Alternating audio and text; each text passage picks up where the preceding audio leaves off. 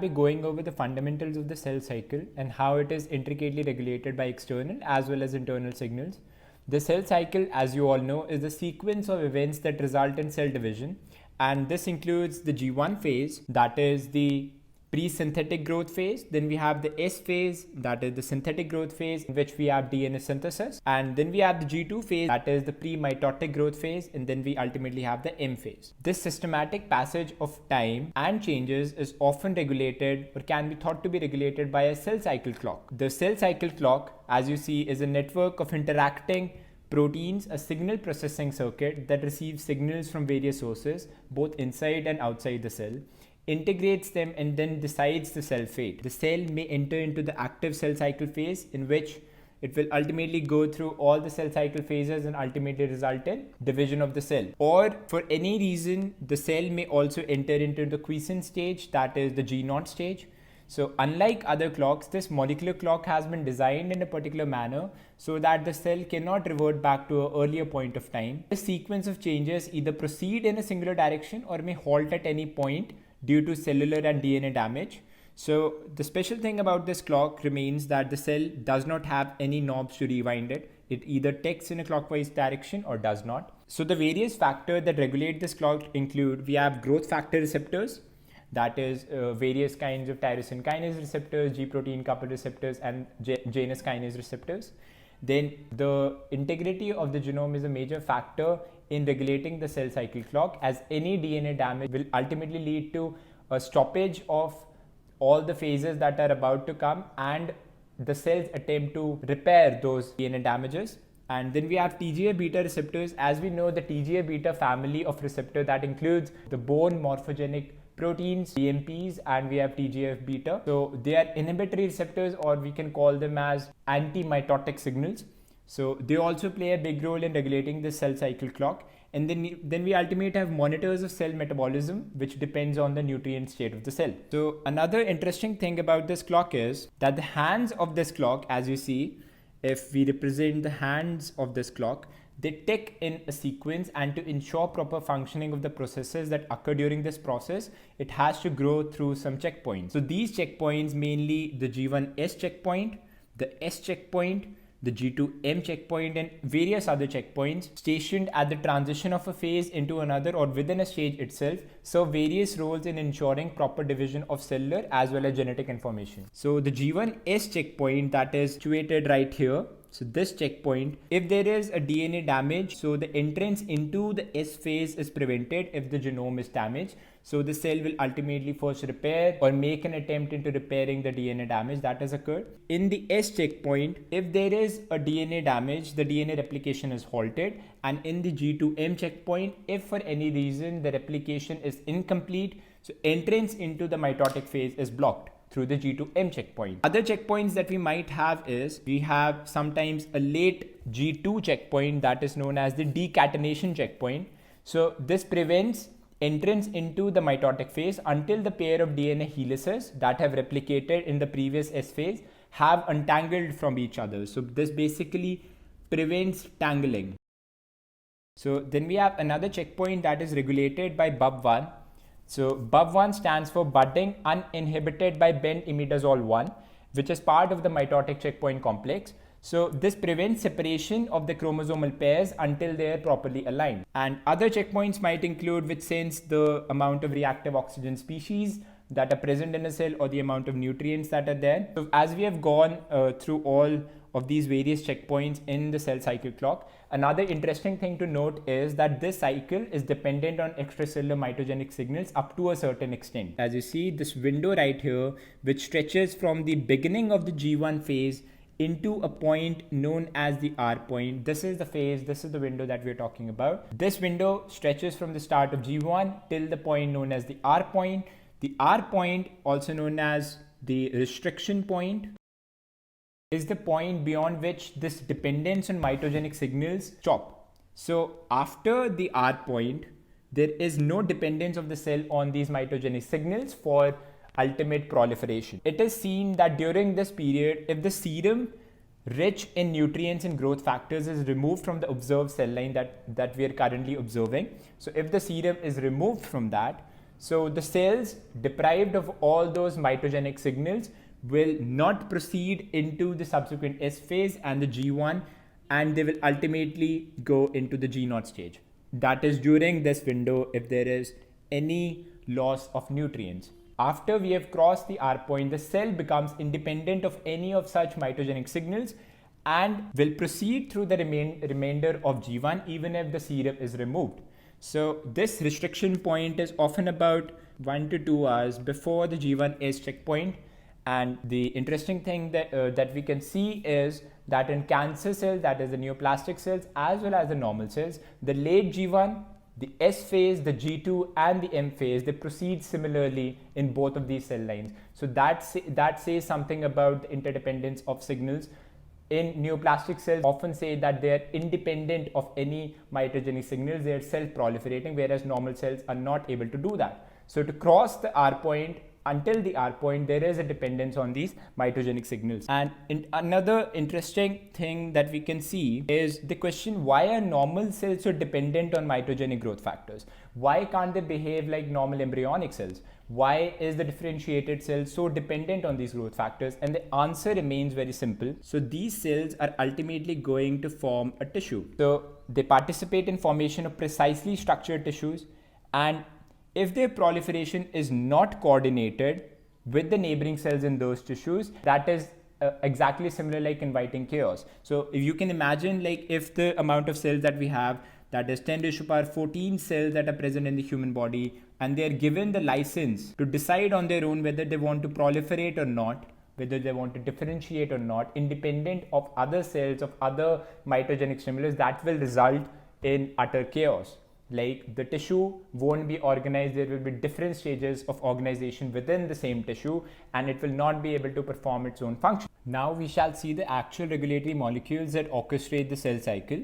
So we can divide these proteins into two categories. We have cell cycle promoters and then we have cell cycle inhibitors. So in the cell cycle promoters, we have cyclins and we have cyclin dependent kinases. Whereas in the cell cycle inhibitors, we have something known as CDKIs that are cyclin dependent kinase inhibitors. Now, first, let's study what are exactly cyclins. Cyclins are proteins, and name cyclins is derived due to the cyclic fluctuations in the level of cyclin B in early frog and sea urchin embryos. So in those embryos, it was seen that corresponding to a specific time in the cell cycle, we have alternating a rise and fall in the level of cyclins.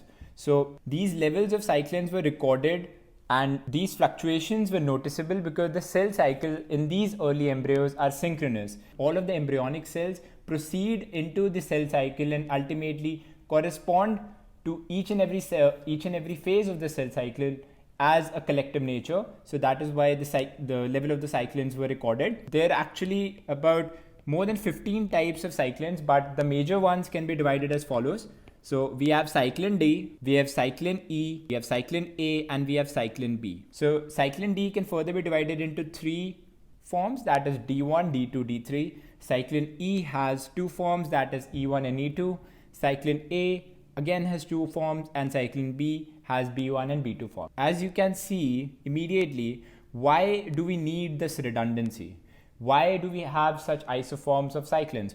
And the simple reason being that especially cyclin D is often regulated by the amount of mitogenic signals that come into the cell from the outside. So the cell detects these mitogenic signals, and each of the cyclin isoform correspond to a specific set of mitogenic signals, and that is the need for these varied amounts of cyclins that are present in the cell. So the next entity that we have are cyclin dependent kinases. Cyclin dependent kinases are serine threonine kinase. They can phosphorylate serine and threonine residues on specific proteins, and they can be further divided into, we have cyclin dependent kinase 4 and 6, we have cyclin dependent kinase 2, and we have cyclin dependent kinase 1. Cyclin dependent kinase 1 is also known as CDC2. Whenever these cyclin dependent kinases associate with cyclins, they get active, and hence they are able to perform their phosphorylating function. We have specific complexes in the cell that correspond to different amount of cyclin dependent kinases and cyclins.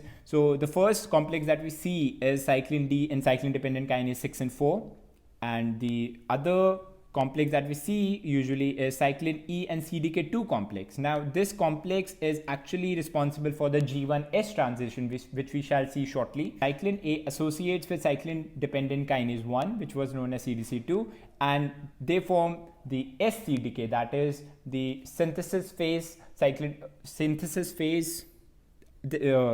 A and CDK2 are also known as the SCDK, as they regulate the checkpoint that is present in the synthetic phase of cell division. And lastly, we have cyclin B and CDK1 complex, which often regulates the G2M transition checkpoint. And as we saw, we have some inhibitors of the cell cycle. They are known as cyclin-dependent kinase inhibitors. So we have two families of these inhibitors. We have the INK4 family, that stands for inhibitors of kinase 4, that is CDK4 and 6.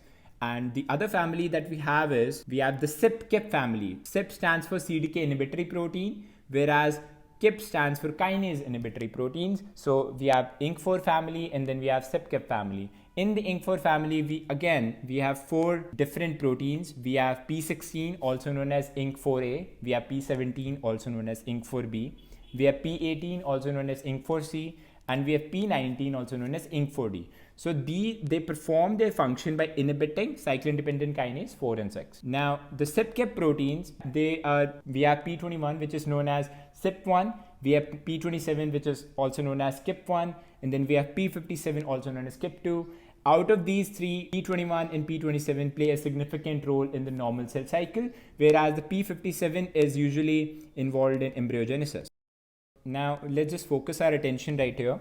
So let's start from this point onwards. So as we enter the G1 phase, what we shall observe is due to the signals that come from outside the cell, that is, we have RTKs, we have GPCRs, the transduction of these signals will activate the transcription of cyclin D. Now, as cyclin D levels rise in the cell, cyclin D often associates with cyclin-dependent kinase 4 and 6. As we saw previously that we have some inhibitors such as P21, P27 and other inhibitors of other cyclin-dependent kinases like the CYP-KIP family. They inhibit cyclin-dependent kinase 2 and cyclin-dependent kinase 1, and they also inhibit cyclin-dependent kinase 4 and 6.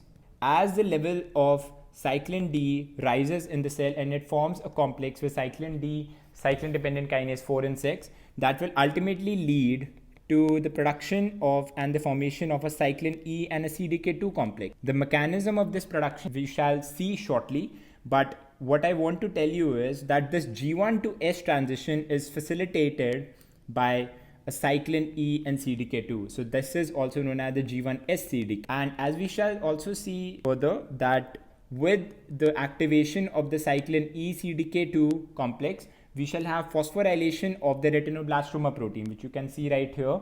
And we will discuss the significance later. Now, as we proceed into the S phase, we have the formation of the cyclin A CDK2 complex, which is also known as the SCDK. And after the S phase, when we proceed into the G2 phase, what we shall have is a dissociation of the cyclin A from its usual cyclin-dependent kinase 2 to the cyclin-dependent kinase 1. At the late G2 stage and the early M1, there is the checkpoint known as G2M checkpoint, and this checkpoint is often surpassed by the combination of cyclin B with cyclin-dependent kinase 1, and this is also known as the G2M CDK. Each of these proteins are inhibited by the respective cyclin-dependent kinase inhibitors. Like as we see, we have P16, P15, P18, and P19, which were also known as the inhibitors of kinase 4. Then we have other CDK inhibitors like P21, P27, and P57, which will inhibit all of the various cyclins, whether it be cyclin-dependent kinase 4, 6, 2, or 1. And there is one special point that we have to see. CYP-KIP proteins especially, they have a stimulatory function as well. That is, the CYP-KIP proteins often promote the formation of cyclin D and CDK4 complexes. They inhibit other complexes, that is the formation of cyclin-dependent kinase 2 and cyclin-dependent kinase 1, but they also stimulate the production and the association of cyclin-dependent kinase 4 and 6 with cyclin D.